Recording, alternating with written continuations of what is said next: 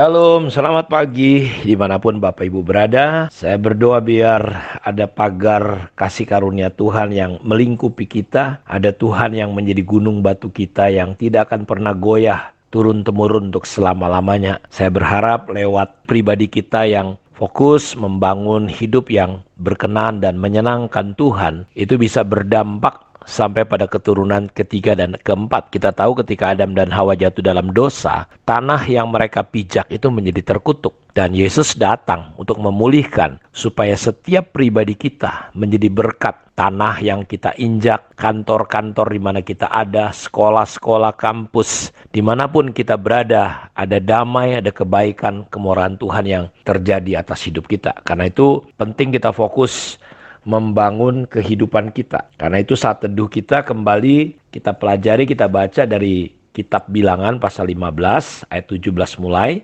sampai pasal 16 ayat 40. Di Perjanjian Baru kita baca Markus pasal 15 ayat 1 sampai 47 dan Mazmur pasal 54 ayat 3 sampai 9, dan hikmat Tuhan yang kita ambil dari kitab Salomo dari pasal 11 ayat 5 dan 6 dari kitab Amsal. Kita sudah belajar bagaimana kita bisa melewati dengan kemenangan dalam setiap proses yang terjadi tanpa murtad, tanpa kalah, tanpa berhenti dari rancangan Tuhan. Karena proses yang terjadi itu terkadang seperti api yang menyala. Tapi Petrus berkata, jangan heran dengan api nyala siksaan yang datang ke seluruh dunia. Kita nggak usah heran, itu sesuatu yang biasa yang memang harusnya kita jalani. Seperti apa yang Ayub katakan bahwa dia muncul, timbul seperti emas yang keluar dari api. Terkadang proses yang menyakitkan itu seperti api, membakar ego kita, menghanguskan kedagingan kita. Tujuannya cuma satu, supaya kita bisa keluar, muncul menjadi pribadi-pribadi seperti emas yang semakin murni, lebih murni lagi sampai kita punya kehidupan yang sungguh-sungguh bisa bersinar-sinar di tengah kegelapan.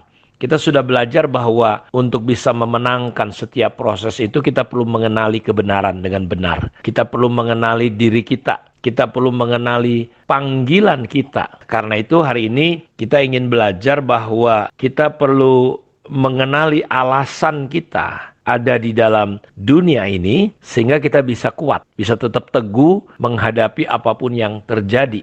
Karena terkadang kita bisa saja mendapati diri kita bisa ke kiri atau ke kanan. Kita bisa saja lewat orang-orang dan dunia, mereka berusaha mengalihkan, mengusahakan kita untuk keluar dari alasan kita ada di dunia ini. Karena itu coba kita baca dulu di dalam Lukas pasal 4 ayat 42 sampai 43. Yesus hendak pergi, tetapi mereka berusaha menahannya supaya tidak pergi. Yesus berkata kepada mereka, di kota-kota lain juga aku harus memberitakan Injil Kerajaan Allah. Sebab untuk itulah aku diutus. Ayat 43, sudah kita lihat bahwa dia menolak untuk dialihkan oleh hal-hal yang tidak penting. Karena dia tahu betul-betul, dia mengenali betul bahwa alasan dia ada di dunia itu begitu jelas sekali.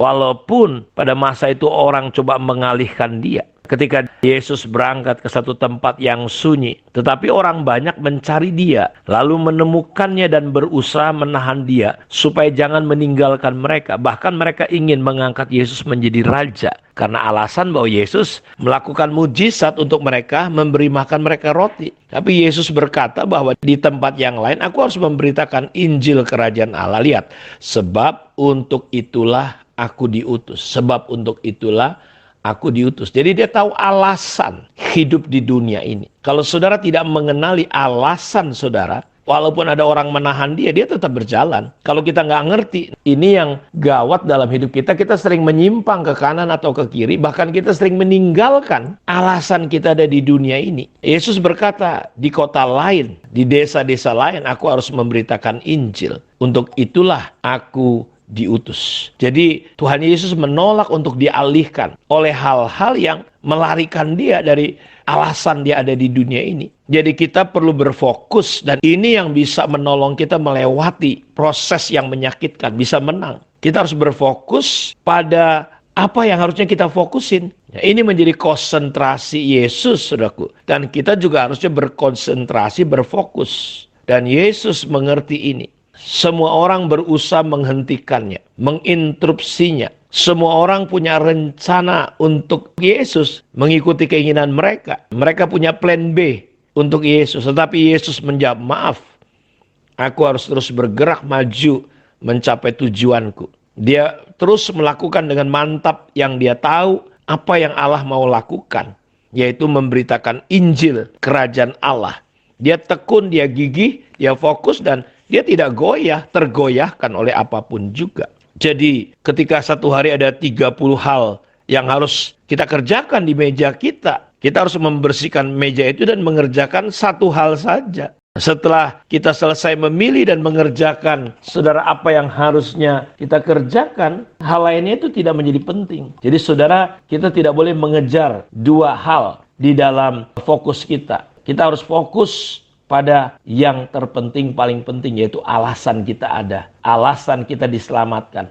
Alasan kita dipanggil oleh Tuhan. Dan ketika kita bisa dipecahkan konsentrasi kita jadi nggak efektif. Tapi ketika kita memusatkan perhatian kita akan lebih efektif. Seperti sekarang ya, saya lebih efektif. Saya lebih fokus kepada discipleship, pemuritan. Saya lakukan sudah 7 tahun ini. Terus menerus. Sulit, tapi saya belajar. Sama seperti cahaya yang kalau dia nggak fokus cahaya itu, dia nggak bisa menghasilkan terang yang sesungguhnya. Dia akan jadi kabur. Tapi cahaya itu kalau difokuskan bisa menghasilkan api loh saudara. Karena itu Yesus tidak membiarkan berbagai hal untuk menghalangi, menghentikan apa yang harusnya dia lakukan.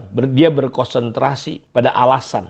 Nah, ini yang perlu kita kenali. Jadi dia tidak membiarkan siapapun orang lain membuatnya terganggu. Bahkan sampai lari, bahkan sampai jadi stres, jadi depresi. Dan itu yang Tuhan Yesus lakukan. Itu yang Paulus lakukan. Itu yang saya tahu tokoh-tokoh Alkitab lakukan. Dia mengerti alasannya. Karena itu saudara perlu mengenali alasan kita ada di dunia, alasan kita hidup, alasan kita dipanggil Tuhan, kita harus tahu. Makanya Paulus berdoa, aku berdoa supaya apa? Supaya mata hatimu terang. Tuhan memberikan roh hikmat dan wahyu untuk apa? Supaya kita bisa mengenal dia dengan benar, mata hati kita jadi terang, dan kita mengerti rahasia panggilan Tuhan, alasan kita. Saya berdoa Tuhan menolong kita bisa menemukan untuk apa kita ada di dunia ini. Alasan kita ada di dunia ini adalah untuk melakukan apa yang harusnya kita lakukan. Jadi jangan biarkan iblis dan dunia ini menggocoh menipu kita. Saya berdoa biar kita punya ketetapan hati, kita punya keteguhan hati untuk melakukan apa yang harusnya aku lakukan. Seperti Yesus katakan, aku ini ada untuk apa? Pergi dari desa ke kota, dari kemana-mana dengan alasan apa? Memberitakan Injil Kerajaan Allah. Kiranya Tuhan memberkati kita. Mari kita berdoa. Terima kasih Bapa di surga. Kemurahan dan anugerah-Mu yang tidak pernah habis-habis untuk hidup kami semua umat-Mu. Engkau Tuhan yang memimpin, menolong kami, membuka mata hati kami, menyingkapkan hal.